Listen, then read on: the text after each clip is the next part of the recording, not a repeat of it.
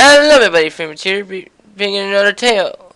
Today's video I'm doing Pinkie Tales. My Pinkie Tales, a Little Mermare. So, the last one I can't think of is... Well, I actually can't think of, but let's see what Pinkie Tales has in store for Little Mermare. Play one, 3, 2, 1. Let's get this thing started again.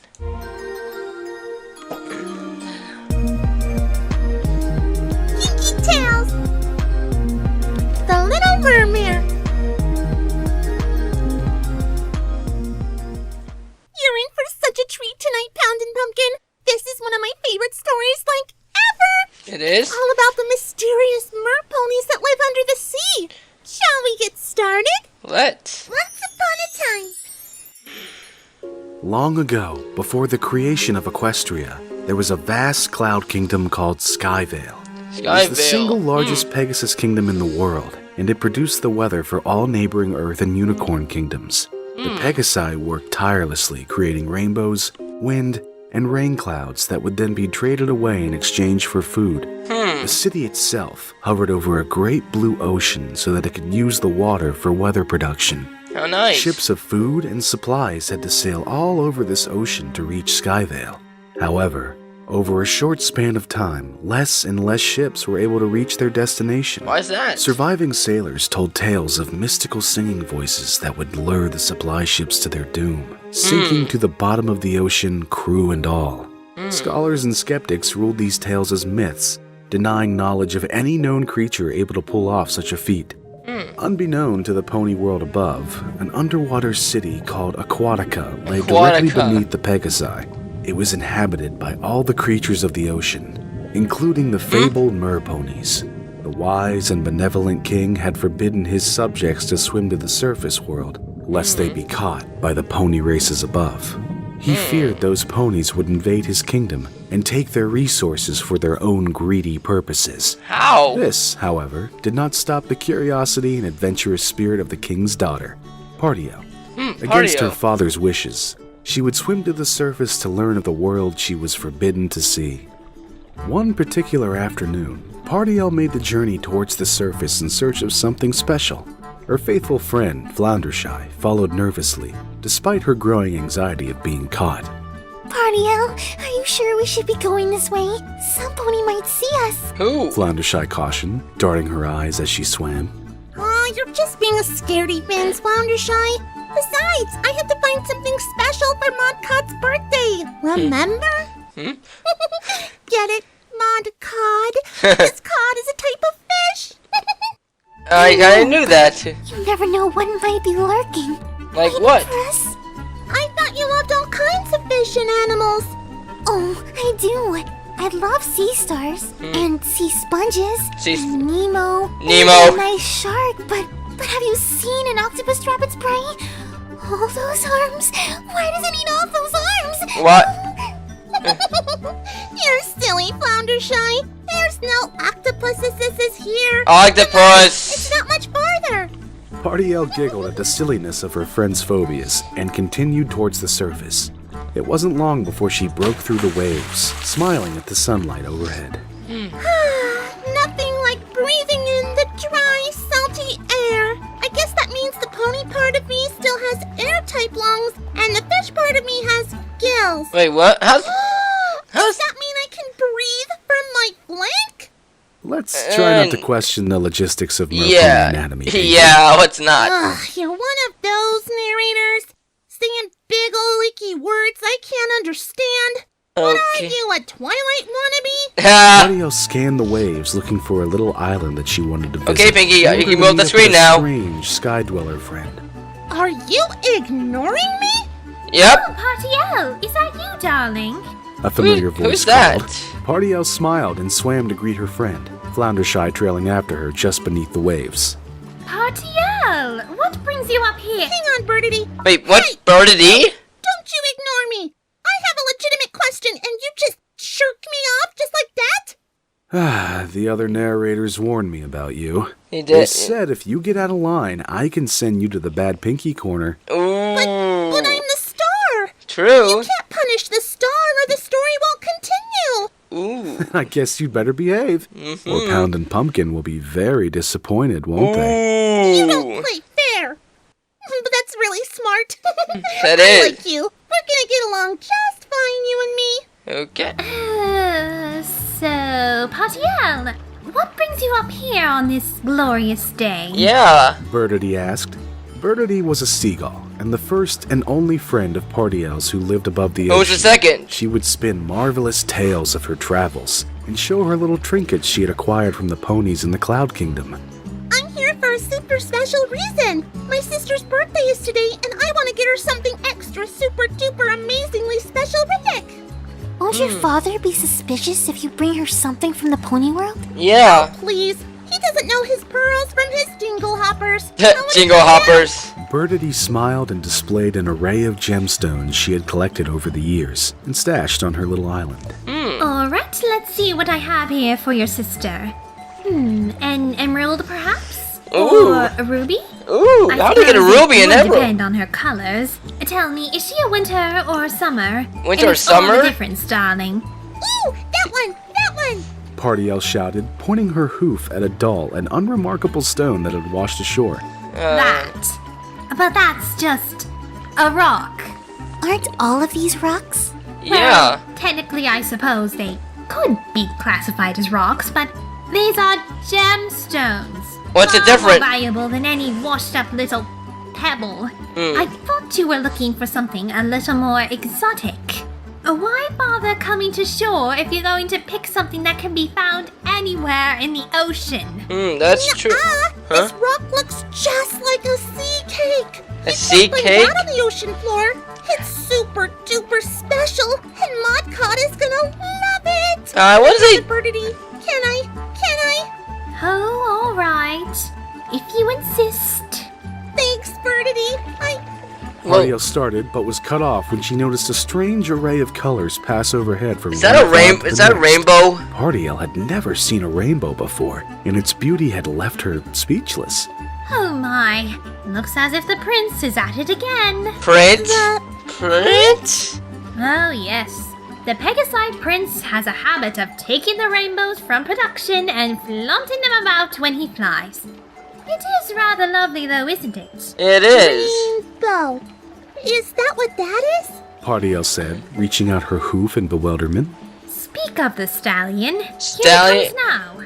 The blue Pegasus with a mane that matched the brilliance of the rainbows he carried was flying fast and freely overhead, and... And what? What? And what? Do you mean to tell me the Prince's Rainbow Dash? Again? Again. Excuse me, but this is Prince Dashy. Totally different prince and a totally different story.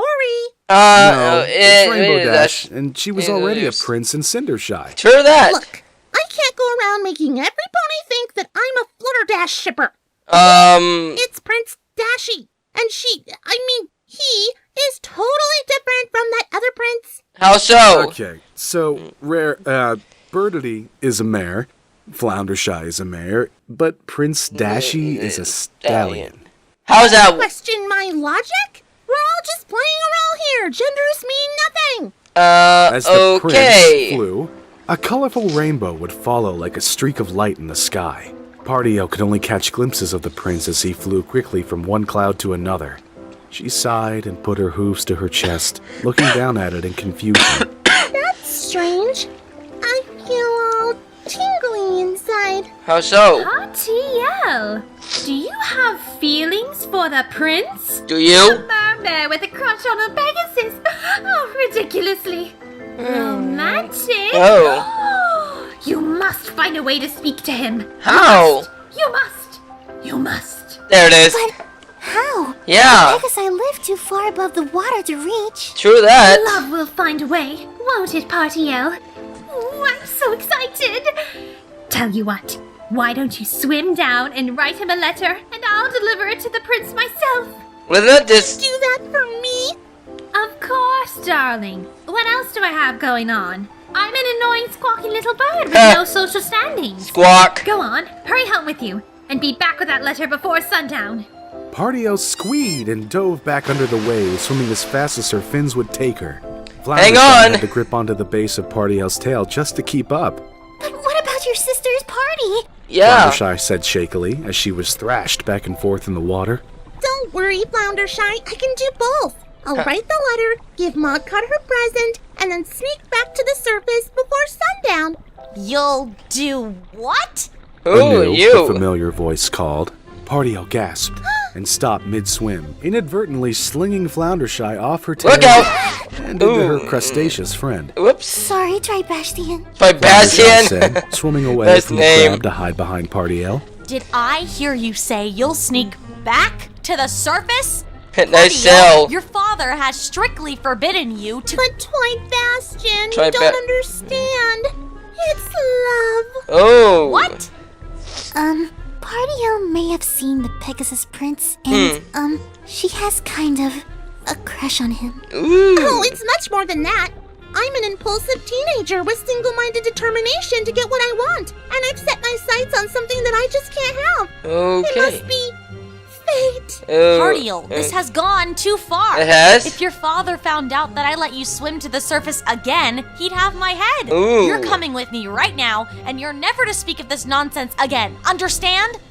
Okay, Party Owl said with a shrug, Really? giving up That easy? uncharacteristically soon. I was done speaking about it anyway. Huh? I'd much rather sing. So. Party-Owl! Wait, what's. What a wonderful feeling I This have is new. feeling. Party-Owl, please don't start. It's a twitchy, itchy, warm sensation. I can feel a migraine. I don't want to live without it. Until now you didn't know And I it. simply cannot doubt And it. you really shouldn't show it. There's no denying that I've fallen for some pony. Oy vey. Oi. Love living in the clouds and flying freely with him. No pony else can make me feel like I'm in love. I wanna watch the sunset from way up high, so far from all these walls. The rules are what keep you safe. Now that I have seen him, I am convinced. That didn't take much. He's the pony I'm supposed to be. How would you know? Just you wait, I'm gonna see You him. mean you have only seen him? Wait until I meet You him. haven't actually met him? And even though we're from two worlds, we'll be together. Are you crazy? Dream of living in the clouds and flying freely with him. No pony else can make me feel like I'm in love. I wanna watch the sunset from way up high. Just my Dashi, and no pony else would ever be with him but me. Catch Do you like how I finally snuck a song into Pinkie Tales? I actually do like When it. Party Owl Whoa. returned to the aquatic impact, her cheerful supposed to be disposition quickly cranky? faded as she that was met with the cranky? disapproving glare of King Crankyton. Cranky. Just, finding a present for Modcot, of course. Party Wow. Owl said, placing the small stone on her sister's hoof. Modcod stared at it incredulously. Metamorphic. Combination of granite and cloudcrete. Oh. Commonly found in the construction of Pegasi dwellings. Oh. Side dwellings? But look how it's shaped. Doesn't it look like a sea cake to you? Party Owl asked nervously, trying to divert her father's attention. It looks like a rock. Thank you, Party Owl. I love it. You went to the surface again, didn't you? Uh-oh. Well, She was only trying to find the right gift for Modcard, Your Majesty Crankyton, sir. Floundershy said, attempting and failing to help the situation. Yeah. Party Owl, I have told you again and again never to go to the surface world. They're a greedy, vile, untrustworthy race only out for themselves. If they discovered we were beneath these waters, merponies and creatures alike would be in danger. How? Don't you understand that? but Doodle Daddy, how do you know they're bad? Yeah. Have you ever even met one? That's Ooh. enough! You will swim to your room and stay there for the rest of the night without joining the festivities of your sister's birthday. Ooh. Why, Bastion, you will guard her in her room. Me? Is there a problem with that? Yeah. No, sir. Oh. No problem. Good. I don't want to hear another word about this surface nonsense ever again. King Crankyton exclaimed, pointing his hoof in the direction of the palace. Party-L held back tears as she swam to her room in defeat. Ooh. While the uncertainty of the surface world was a danger to merponies, there was a far more present evil lurking under the waves. Just outside Aquatica lived 3 dark and magical creatures known as the sirens. Oh no! Unlike regular merpony kind, these creatures harnessed a strange magic that allowed them to affect the pony world above. Using their red crystals, they would sing captivating songs to pony sailors, guiding their ships into the rocks to drown them. Although some merponies were grateful that the sirens kept the land ponies at bay, King Crankyton feared their magic and banished them away from the city. Nice. Over time, their home became littered with the debris of the ships they sank, causing it to be named the Sunken Ship Graveyard. The sirens kept to themselves and did not converse with many sea creatures, only those who dared to enter their domain. Their magic allowed them to keep an eye on both pony and merpony worlds. Until now, their efforts to achieve their goal had been futile. However, the sudden romantic interest from the merpony princess gave the sirens an opportunity too perfect to resist. A merpony in love with a Pegasus. The eldest siren, Adagio Dazzle, chuckled, gazing into an enchanted bubble that reflected an image of Party-L, singing happily to her friends about her love for the prince. So what? Aria Blaze, the middle siren, said, uninterested. This could be exactly what we need to finally take control of Sky Vale. I thought we wanted Prince Dashy's medallion thingy. The youngest, Sonata Dusk, asked, obliviously bobbing her head in tune with Party-L's song. Duh. The medallion is what controls the weather. And whoever controls the weather controls Sky Vale. Oh, wow. Yeah.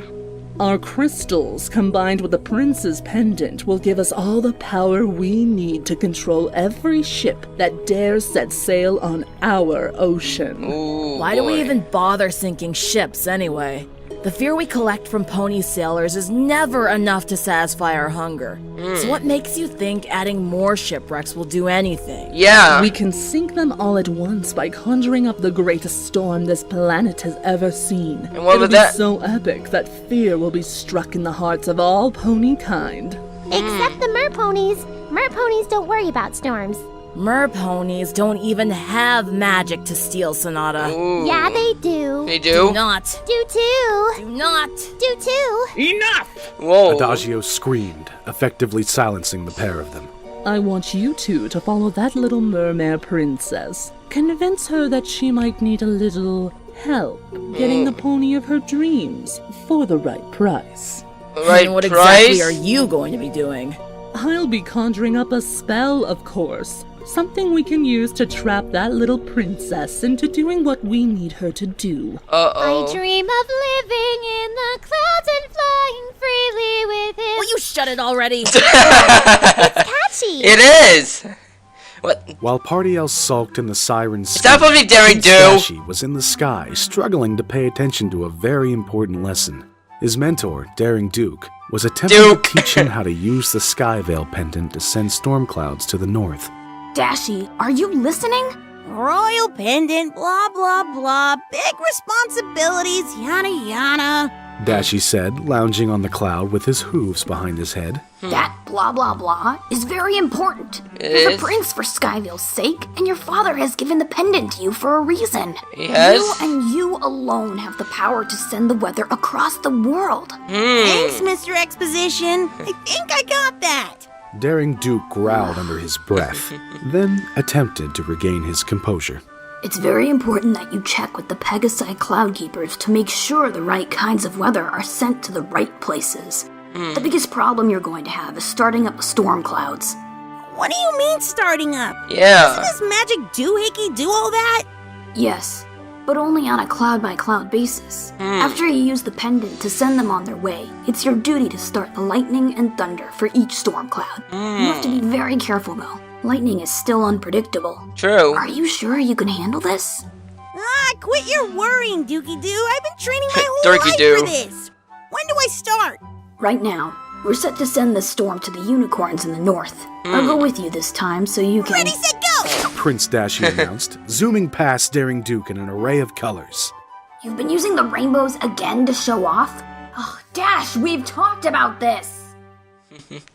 Meanwhile, under the waves, Princess Partiel and Floundershy had managed to slip away from Twybastian's watch. As soon as she was sure she hadn't been followed, she swam towards the surface, hoping to see more rainbows and, possibly, a glimpse of her beloved prince. Floundershy didn't protest this time, knowing that it was imperative they swim as quietly as possible.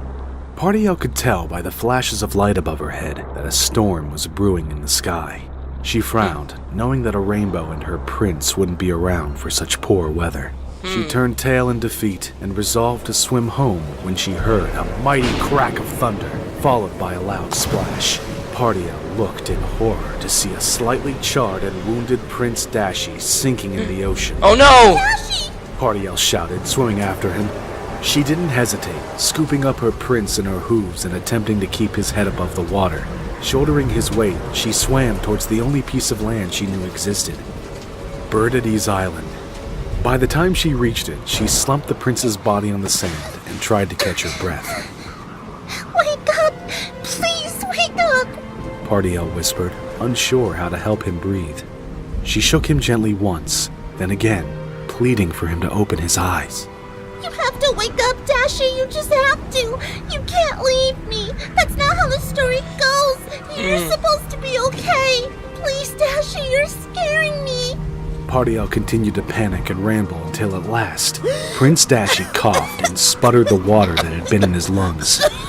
You're okay? Okay. Oh, Dashi, you're okay! Oh, good. What? Who are you? So pretty. Dashi! Where are you? Dashi, answer me! Daring Duke called from somewhere in the sky. Partiel gasped and dove back under the waves, not wanting to be caught. Dashi! Hang on, I'm coming! Daring Duke cried with a mixture of relief and panic in his tone. He landed on the beach near the prince and pulled him further away from the water. Who was that? The mare. She saved me. Hang on, Dashi. You'll be alright. Daring Duke said, pulling the prince onto his back. With some struggle, he took off in flight towards the palace. Partiel watched the exchange just below the water a few feet away. Her mind was buzzing with the words he had said. Yeah. I don't think he's coming back, Partiel. Floundershy said, putting a fin on her friend sympathetically. He said I was pretty.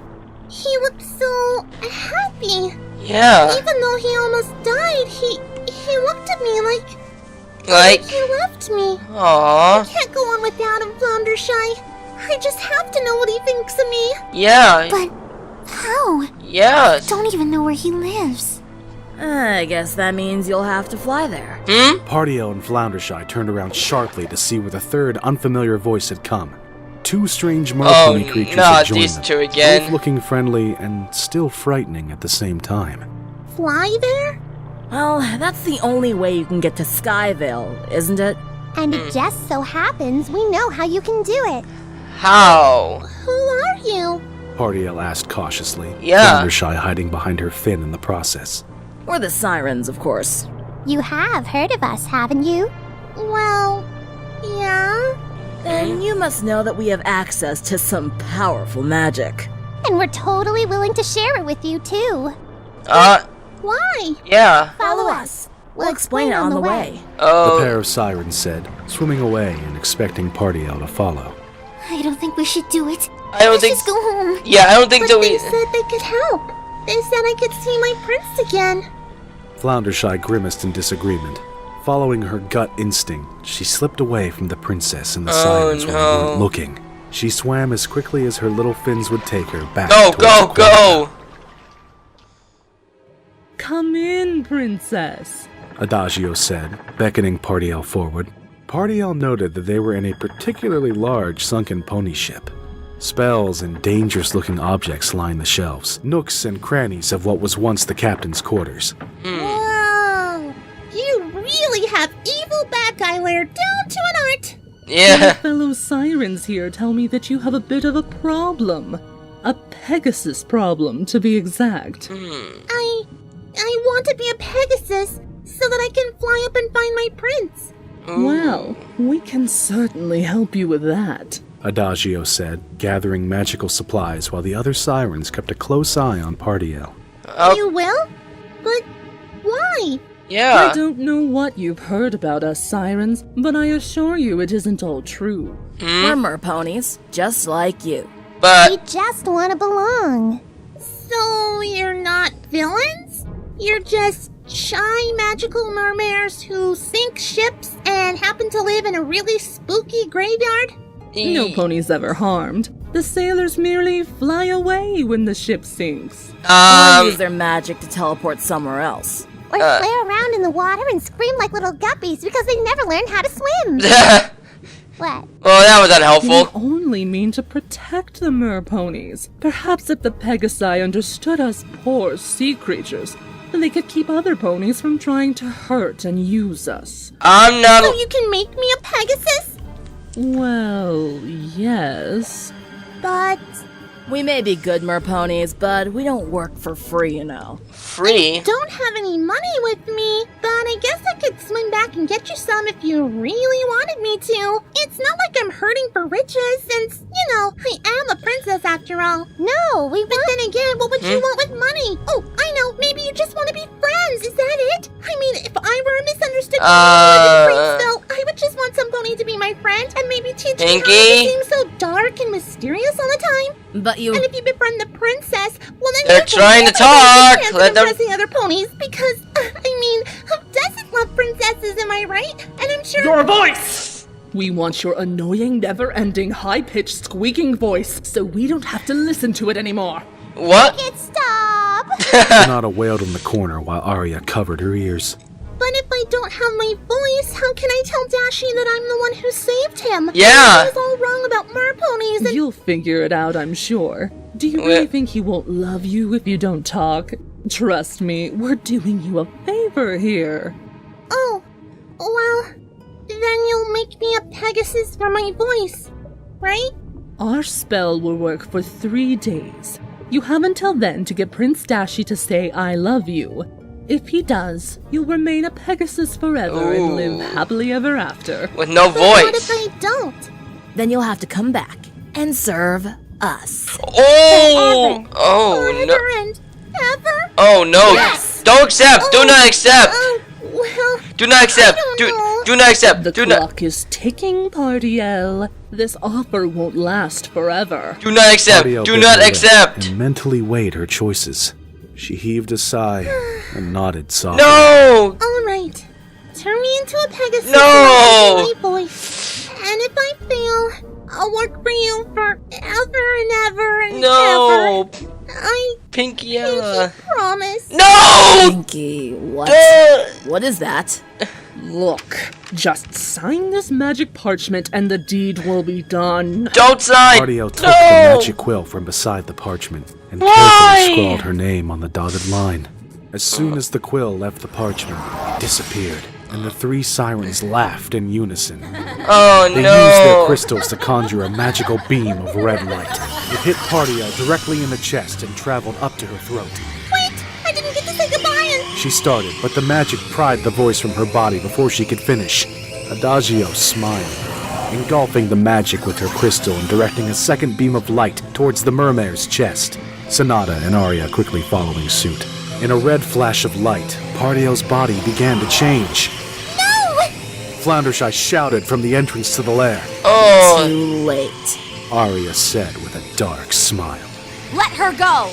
Twybastian demanded, swimming at the sirens in anger. The king will be furious! Too bad.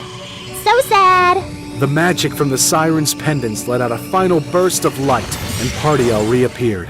Somehow in the transformation, her mane and coat color had changed, along with her body.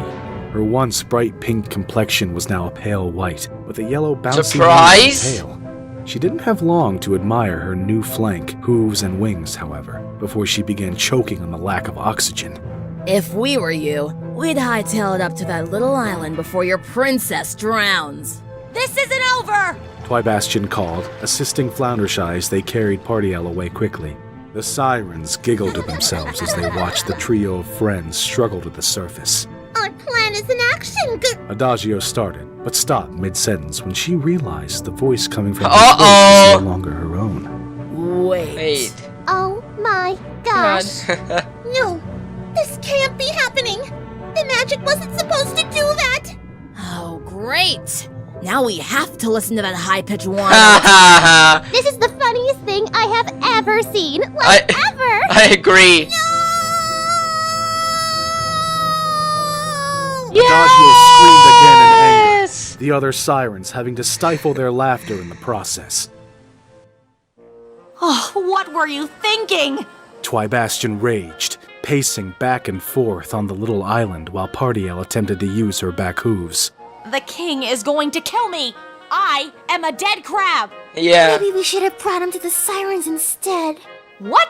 Are you crazy? Yeah. I would have been even more mad. He I would. was supposed to watch her. Not only did I fail, but now she's gone and made a deal with the sirens? She's a Pegasus now. She's the very thing the king hates the most. Ooh, true. I am so dead. Yeah. Partiel rolled her eyes and opened her mouth to talk, but no sound came. And, of course, you can't even talk now.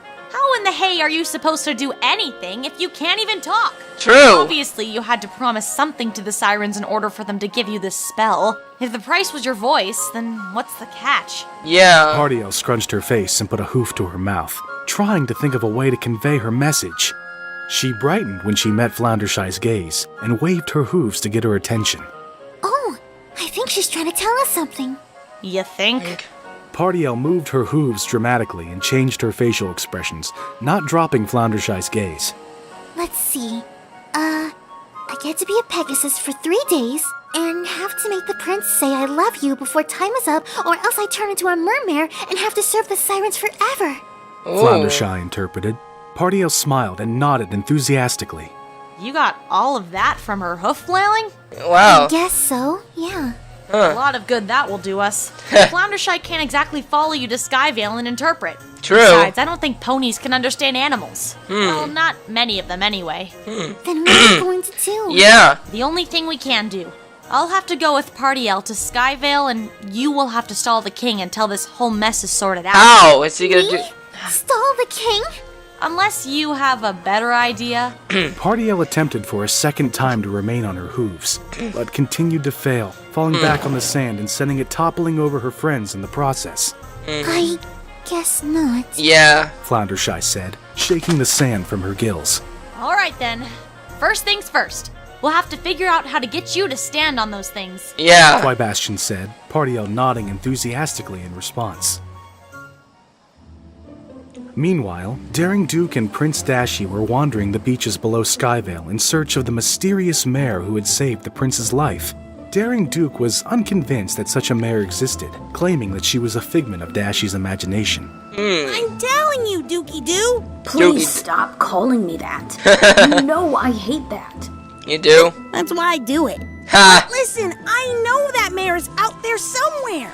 There's no other way I could have survived this without her. That's true. Wait, is that her? Daring Duke asked in shock, pointing a hoof at a clumsy-looking Pegasus who couldn't seem to fly straight. No, the mare I saw was pink, but it looks like she needs some help. Left. No, not right. Up. Twibastian said in exasperation. He was hidden somewhere in Partiel's mane, near her ear, getting landsick from Partiel's amusing attempts at flight. Partiel didn't give up, keeping her sights set on the castle ahead. She didn't realize Dashi was flying to her aid, and before the prince could say a word, Partiel collided into him. A pair of them tumbled to the ground. Ouch. Whoa! Are you okay, miss? Dashi asked, righting himself. Partiel looked up and beamed from ear to ear. She had found her prince at last.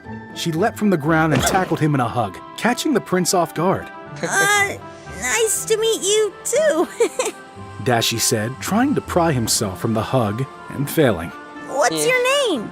Partiel released him from her embrace and moved her lips to respond, forgetting that she was without a voice. The prince looked at her both confused and slightly amused as she flailed her hooves and attempted to convey her name. Huh. You can't talk, can you? It took him how long to figure that out? Twibastian muttered from Partiel's mane. Even so, Pardiel's over-exaggerated movements and infectious smile struck a chord with the prince. This mare was so close to the one he was seeking that he felt drawn to her. Hey, you're new to Sky Vale, aren't you? Pardiel nodded enthusiastically. Do you need some kind of help? My friend Dookie-Doo and I saw you struggling to fly. Here, take my hoof. We'll get you back to the castle so you can rest. Ooh. I have an excellent staff who can make sure you're all right. Pardiel's heart leapt and she reached out her own hoof to his. However, she failed to remember how to keep her balance on 3 hooves and toppled over again. Oh. Prince Dashi laughed as he helped her back onto her wobbly hooves. You certainly know how to surprise a pony. She does. I don't know your name. Can I call you that? Surprise? He didn't even attempt to learn your name, so he just names you? This is the pony you want to be with? Twibastian whispered to Pardiel. Pardiel ignored him and nodded, happy just to be in her prince's presence again. That afternoon, Pardiel had been given a clean bill of health by Prince Dash's staff. Once he was sure, Prince Dashi offered to tour the kingdom together. He showed her how they made the weather, and how his pendant was the key to activate... You know what? This Pinkie Tales has already gone on for a good chunk of time. I think I might just skip ahead to the romantic sunset. Wait, what? Any objections? No? Nope. No objections? Cool. Maybe we can put up another song, too. Save some time. Oh, come on, Arthur. Great. On with the story, then. Come on, narration. Only 1 more hour. You have to get him to say it, Pardiel. Come on, narration. From Pardiel's mane. Pardiel was too preoccupied staring lovingly into Prince Dashi's eyes to pay the crab any attention. The pair of them were snuggled on a blanket atop the sand of a beach just below Sky Vale. Prince Dashi had wanted to watch the sunset with her and reminisce about the fun and frivolity of the days they had spent together. Pardiel had had the time of her life with Dashi, and each day her love grew stronger. Twibastian was the only voice of reason to remind her of the situation at Hoof. Every passing hour he became more frantic in his attempts to get Dashi to say the magic words. You know, a few days ago, I would have done anything to find that mare who saved me. What would you do? I thought I was in love with her. But I don't think I've ever met someone like you, Surprise. You're so fun and random. And those pranks you pulled? Pranks? Classic. Though I doubt Dookie-Doo will be very happy with you for a while. Huh? Pardiel smiled again and snuggled closer to the prince. This sunset's really pretty, isn't it? Dashi said, pointing to the sparkle of sunlight on the water. Pardiel's eyes widened at the mention of the sunset, and her entire demeanor changed. Uh-oh. She quickly pulled away from the prince and put a hoof on her chest, then pointed to Dashi. She did the same to him, trying to get him to understand. Oh, so No. now you listen to me. Wait, what's wrong? Pardiel continued the cycle, touching her chest, then the prince, touching his chest, and then herself. Unfortunately, the prince wasn't catching on. Uh-oh. You, have heartburn? Pardiel shook her head. You're trying a secret hoof shake? Pardiel shook her head again. Come on, Dashi! Oh, come on! It's not that difficult. Twibastian exclaimed from within Pardiel's mane. Who said that? Uh-oh. Dashi said, examining Pardiel's head curiously. Twibastian popped out of the hair in bewilderment. You can understand me? You could have understood me this whole time? I can speak to any animal. It's part of my princely teachings, duh. It is? Oh, I still have a difficult time speaking to monkeys. But wait, so who are you? There's no time to explain. Quick, tell Pardiel you love her before the sun sets. Pardiel looked at the prince with wide, pleading eyes, and though he didn't understand, he took the little crab's instruction. I guess I do love you, Surprise, or Pardiel, was it? The sun set over the water as soon as the words escaped his mouth. Twibastian gave a loud cheer in celebration. You did it, Pardiel, you did. But before Twibastian could finish his victory, Pardiel vanished into thin air, leaving a confused crab and prince behind. Huh? Where did she go? To fulfill her part of our little bargain, of course. A new what? voice said as the 3 sirens emerged from the sea. Uh-oh. Their crystals were glowing, and a trapped pink mermare hovered above the water beside them. Let her go! Prince Dashi demanded, attempting to fly to Pardiel's aid, but was instead repelled by the siren's magic. He said he loved her. That was the deal. Yeah. Did you really expect us to be honest? If Partiel had read the contract rather than prattled on, she would see that she would end up our slave anyway. Why didn't you say it to her sooner? I mean, Partiel can still read and write, right? She signed her name on the contract. Is the prince illiterate or something? Girls, you're getting off track. We have a little deal to strike with the prince here. Now that we know you're in love with that pathetic little mermaid, we're willing to bet you'll do just anything to save her. Wait, that voice. Are you just figuring everything out now? Pretty much. Precious Mermare Princess traded her voice to Adagio so she could be a Pegasus for you. Duh. Then it was you who saved me. I knew it. Prince Dashi exclaimed happily as Partiel nodded her head. His excitement was short-lived, however. Realizing the danger Partiel had gotten herself into on his behalf, he turned to face the sirens with a dark glare. What do you want? Your pendant, of course. Give it over, or Partiel will serve us for the rest of eternity as a taco cart. Wait, what? Taco cart. What? I've always wanted one of those. Fat chance! Prince Dashi shouted, holding the pendant in the air and summoning a storm cloud. He flew to the top of the cloud and kicked aside, sending bolts of lightning to the sirens and the containment field around Partiel. The sirens growled and their crystals grew brighter, deflecting the lightning and sending it back towards Dashi. Look out! The prince dodged and kicked the cloud towards the sirens to distract them. While they thrashed their hooves trying to dissipate it, Prince Dashi was flying circles around them, his pendant glistening as he did so. Soon after, a tornado formed around the sirens and sent all three of them spiraling into the air. Dashi flew to Partiel's aid, beating his hoofs against the bubble around her. Don't worry, I'll get you out of here! Dashi said, putting his hoof against the bubble, Partiel doing the same. The crystals! Destroy the crystals and you'll destroy the sirens! Sebastian called from the shore. Of course! Dashi answered. Whoa, nice and animation! flew towards the tornado, using wow, all the isn't that strength of his wings to animation? keep from being pulled into it. Aiming his pendant just right, Dashi sent a bolt of lightning into the jumbled sirens, hitting Adagio's crystal. He gave a victorious cheer when he saw a pink ray of magic escape the tornado. The magic flew directly at Partiel, bursting the bubble that contained her. Partiel splashed back into the sea. When she emerged, her voice had been fully restored. Partiel, you're okay! Prince Dashi cried, flying into her open hooves. I'm fine, but I think we have a big problem. Partiel cried, pointing her hoof at the sirens who escaped the tornado, with smug grins on their faces, their crystals each glowing brighter than they had before. Did you really think you had won, little prince? Now that you have restored my true voice, we can unleash our magic on you. That pendant will be ours. Adagio announced with a cackle. She and the other sirens turned their attention to the prince and began to sing. This is really nice The hypnotic animation. spell was drawing the prince towards them, and he was helpless to stop it. Dashi, no! Partiel cried, holding him back as best as she could. Sebastian aided the princess, No! jumping from Partiel's mane onto Prince Dashi's back and crawling up to cover his ears. Don't listen! If you don't listen, they can't control you! The siren's singing grew stronger, and it proved too powerful for Dashi to resist. He mindlessly pulled away from Partiel and flew towards the sirens, holding out his pendant as he did so. I don't think so. Daring Duke called, flying directly into Dashi and sending him to the ocean where Partiel was waiting. She caught him, putting her hooves over his ears and making sure he was unable to turn back to the singing villains. Daring Duke had swiped the pendant from the prince long before he hit the waves. The sirens, undeterred, began their hypnotic spell on the Duke.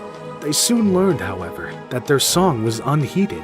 Daring Duke had preemptively plugged his ears, effectively blocking their magic. He unfurled a whip that had been wrapped around one of his wings, and with one mighty crack, he bound all three sirens together by their tail fins.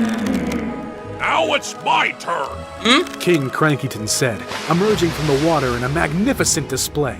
The crown atop his head was glowing, and from the pearl embedded within, a great flash of light shot magic through the air towards the unsuspecting sirens. A great swirling vortex appeared before them. Daring Duke smiled and nodded, whipping the sirens around in the air for a moment before slinging them into the portal. The sirens' screams echoed as the portal closed around them, forever trapping them on the other side. Oh. Whoa. Didn't think you had that in you, Dookie Doo. Prince Dashi said, shaking his head to clear the trance he had been under. I haven't really been honest with you, Your Highness. I'm not really a duke. I've been hunting those sirens long before I got to Sky Vale. I knew they'd be after the pendant, so I masqueraded as a duke in an effort to keep it safe. Then who? Oh, so you're only like me for my pendant. Dashi said jokingly, shutting his head. Daring Duke sighed and rolled his eyes. Yeah. You're not half as incompetent as I thought. The pendant will be safe with you, Dashi. That was Though I have to admit, that portal of yours sure was useful. It was. I thought merponies didn't have magic. Yeah. Oh, we've had it, but I don't like to use it. No self-respecting pony relies on magical nonsense unless it's absolutely necessary. Huh. Where do they go? Floundershy asked, finally feeling brave enough to swim out from her hiding place behind the king. Ariel smiled, knowing that Floundershy had been the one to alert her father what was happening. Ultimately, she had saved her life. Pardiel swam into her and hugged her tightly before answering her question. Canterlot High. Alternate universe S's will take care of them. Wait, Canterlot. Alternate universe Pony Twilight. That's right. You are in worlds of trouble. Yeah. When we get back to the palace, you'll be grounded for the rest of your life, and... Please, Doodle Daddy, please let me stay with Prince Dashi. I love him.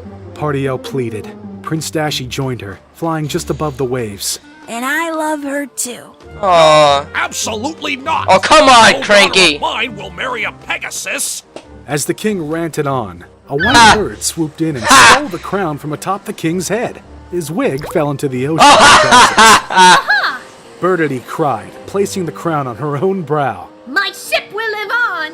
The magic of the crown activated, and Pardiel's fins began to change. Whoa! In a burst of bright light, she turned back into a Pegasus and jumped into the hooves of her prince. Satisfied with herself, Birdity returned the crown to the king, still perched upon it in case he got any ideas about changing her back. Ha! You're bald? You know, if you let Pardiel stay with the prince, I'm sure we could all forget that we saw that. Yeah. All right, fine. You can stay with the Pegasus. But if this true love thing doesn't work out, you can bet I'll be back here to take you home.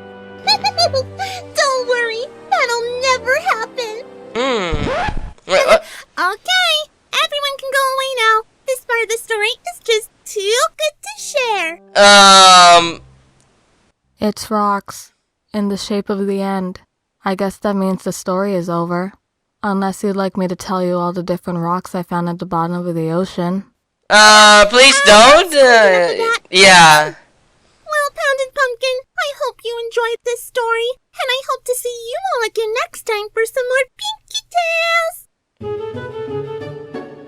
Oh, the last one was South Arabian. Oh.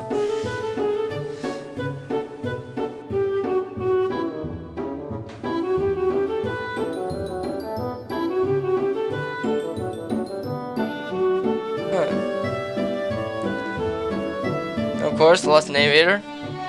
Oh, but lemon. He's for next birdity. Oh.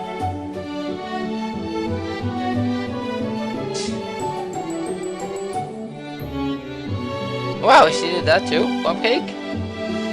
That's the 8.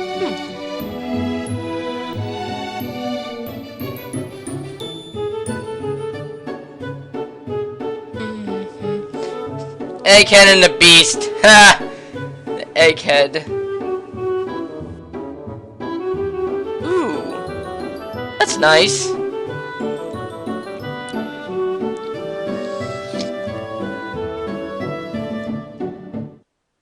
Okay. Wow. Where do I begin? First off, that song was pretty amazing. Didn't expect he would do a song in that Pinkie Tales. That was really interesting. And the sirens. You wouldn't expect them to be the villain. Their hypnotic song. And nice that animation at the end. Wow, that was incredible animation. Whoever did the animation of that was incredible. And nice idea with the earplugs. Nice work. Anyway, this was a good Pinkie Tales. I actually liked the Little Mermaid. That was actually a good Disney movie. Anyway, like, comment, subscribe for more. Follow me on Facebook, Twitter, be doing this and other MLP videos. Till next time, this is Freedom Blitz. Find me from Pinkie Tales to Little Mermare. Till next time, bye.